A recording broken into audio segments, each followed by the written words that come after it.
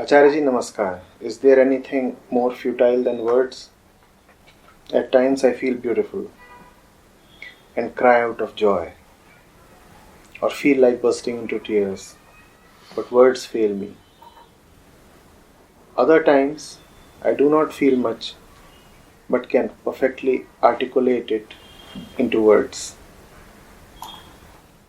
For instance, I write poems, and readers are often gravitated towards them.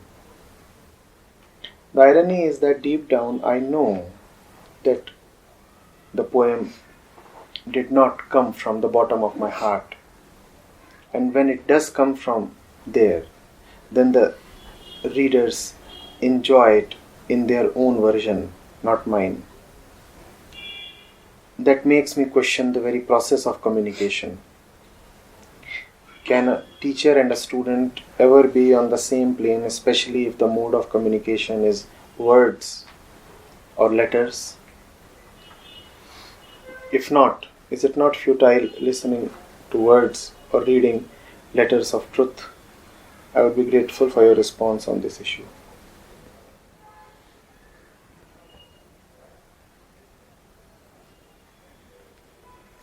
So Subhash, I may not speak and just keep sipping tea.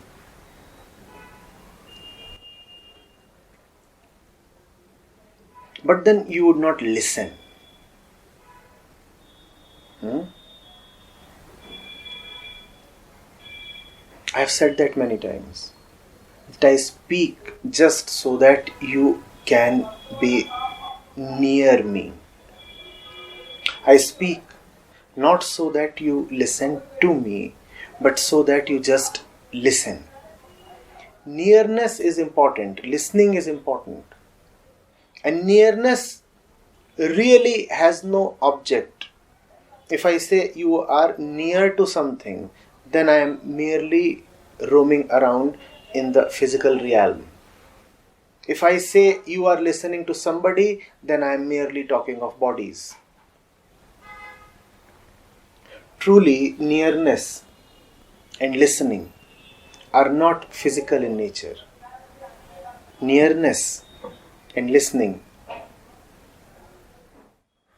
relate to the mind coming near to its own source and listening to the great immanent silence.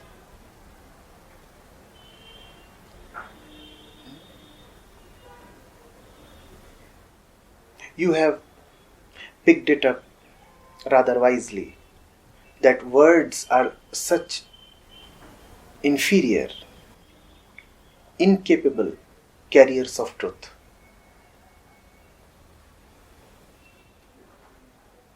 Why does the teacher speak then? The teacher speaks to engage you, not to educate you. Words are a means to keep you engaged.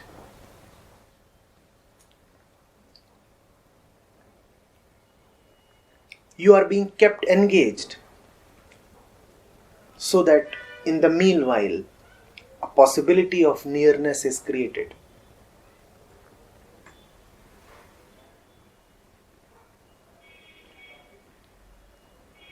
A little child has to be injected with some medicine, and he fears the very sight of the injection, the needle and everything.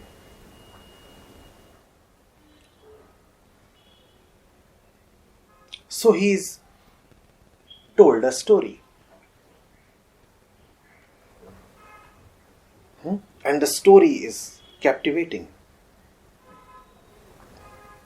And the story has a song and a dance, a princess and a demon,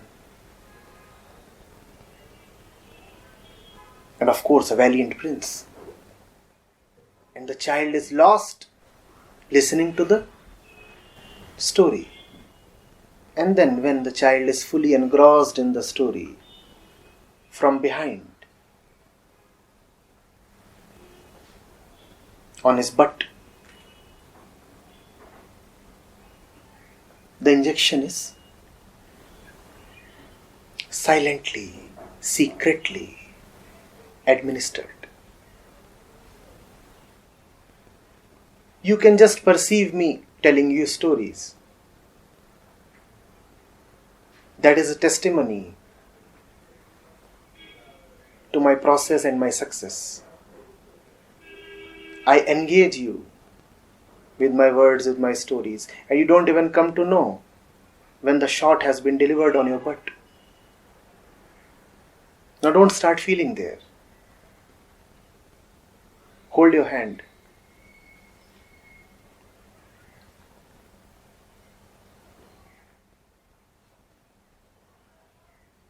Words are very much needed, Subhash. Not to deliver the truth to you, but to just satisfy your curious mind. You need to be engaged. You have so many questions. The questions demand answers. The child is asking so many questions and you can give him very interesting answers. And that engrosses the child. The child is now lost in the Q&A session. And behind his back, the doctor is doing his job. So, in one dimension, words are absolutely useless because they cannot convey the real thing. But it is equally true that without words, the real thing cannot be conveyed. That does not mean that words will convey the real thing. Words will just take you away. And in the meanwhile, the real thing can be done.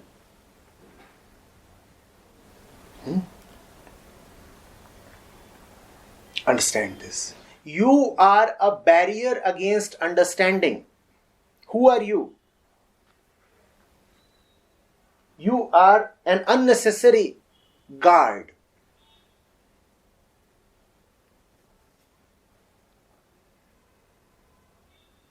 You guard the entrance to yourself.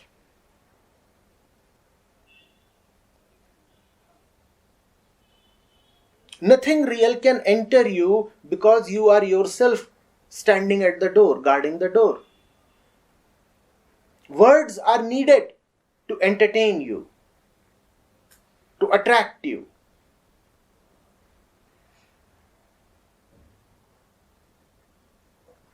To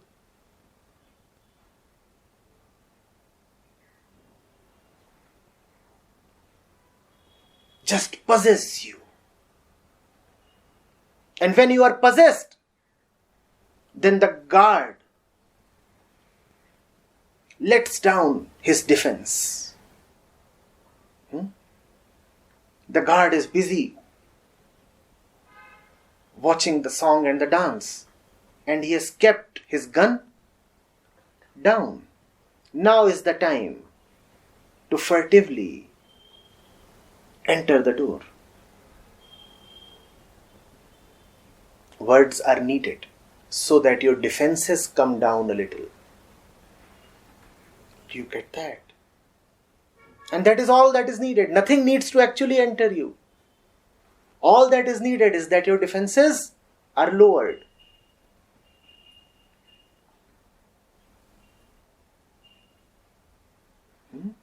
Once your defenses are lowered, everything is all right. So, can words communicate the truth? No, they cannot. Now, can the truth be communicated without words? No, it cannot be. I'll repeat. Can words communicate the truth? No, they cannot. But can truth be communicated without words? That too is quite difficult. If not words, then some other ploy will be needed. Because the guard needs to be somehow distracted. It is quite curious. The words of the Guru are actually a distraction. But who are they seeking to distract? That rogue and needless guard. He needs to be distracted, because if he is very adamant on his duty, if he is concentrating on his self-assigned duty, then you will be impenetrable. The teacher will not be able to penetrate you. The guard will come in between. The guard needs to be very tactfully removed. Words are that tact. If not words, then some other tact, some other method will be needed to remove that guard. We are not innocent beings, you see, Subhash. We don't just fall silent. We require something to happen to fall silent. My words are that happening.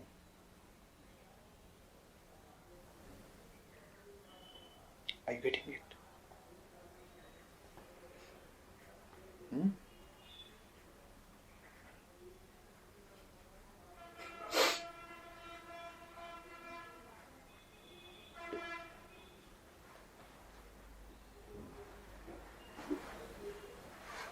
Even as you are busy focusing on my words, the real action is happening somewhere else. And I am glad you are concentrating just on my words. So your absence is allowing the real action to happen where it must happen. I have just taken you away from the real place. Because if the unreal one is present at the real place, then he is a nuisance. He is just a troublemaker. You are the unreal one. Words help to take the unreal one away.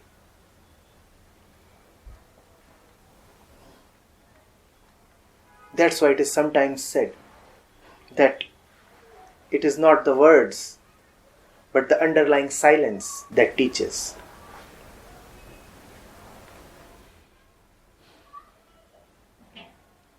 Would you sit like this had I not been speaking?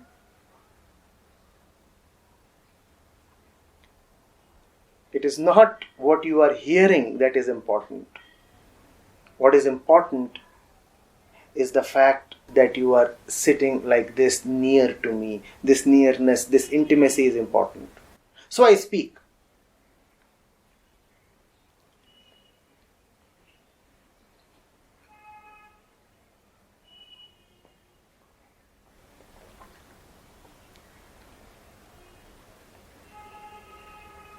Speaking is just a means. You can even call it a trick.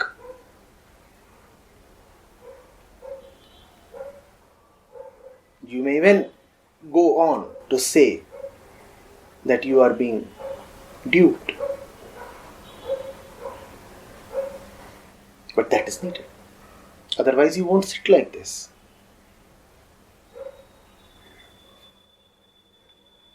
If I say I won't talk, as I said in the beginning of my response, I would just keep sipping my tea. Would you still listen to me, Subhash? You won't. Because given how you are always in need of objects, words. I can be with you wordlessly as well, but you would run away. Because you are the kid who needs a toy to play with. So if I want you to be with me, I must give you a toy. My words are that toy. The kid wants the toy, and I want the kid to be near me. Cool. I lure the kid with the toy. The kid gets the toy, I get the kid.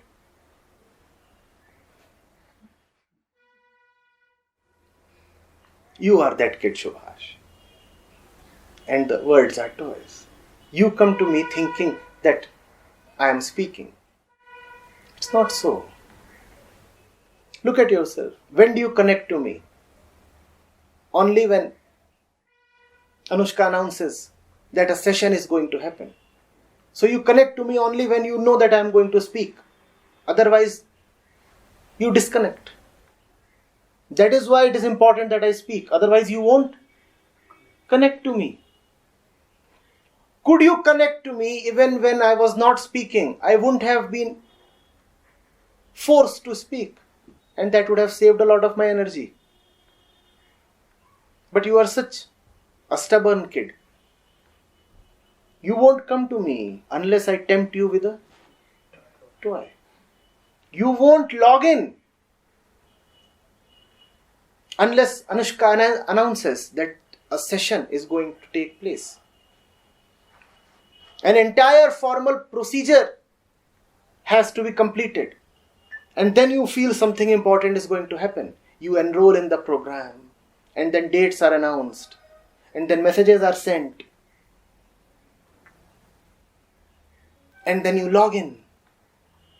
And then you connect to me. Now, all this process is junk. You could have simply connected to me. Wordlessly, processlessly. But you won't do that. The kid wants the toy.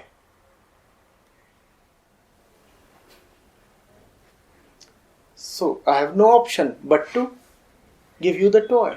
And then all this formality has to be gone through. The camera has to be set. The internet connection has to be checked.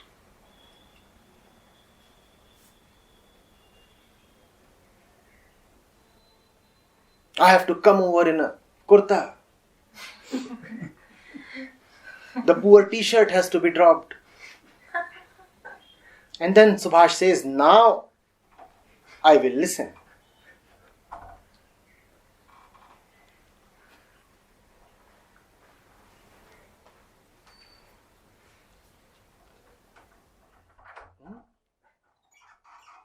I wish you listen without props. I wish you could listen without words.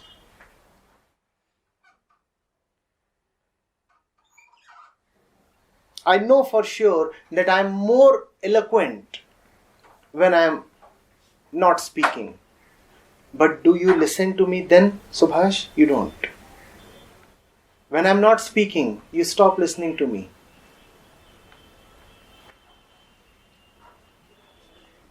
So I'll keep speaking.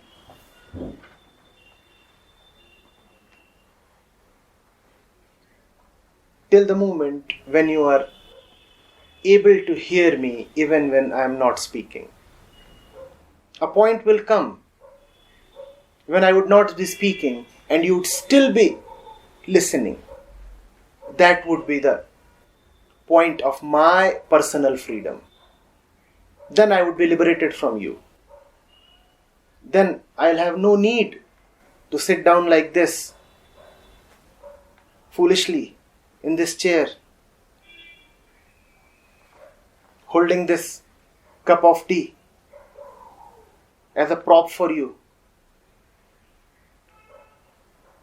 and teaching you in a formal way. All this is quite stupid. I'm waiting for my personal freedom to arrive. I'm waiting for that day to arrive when I would be able to connect to you wordlessly. Unfortunately, it seems that that day is not very near.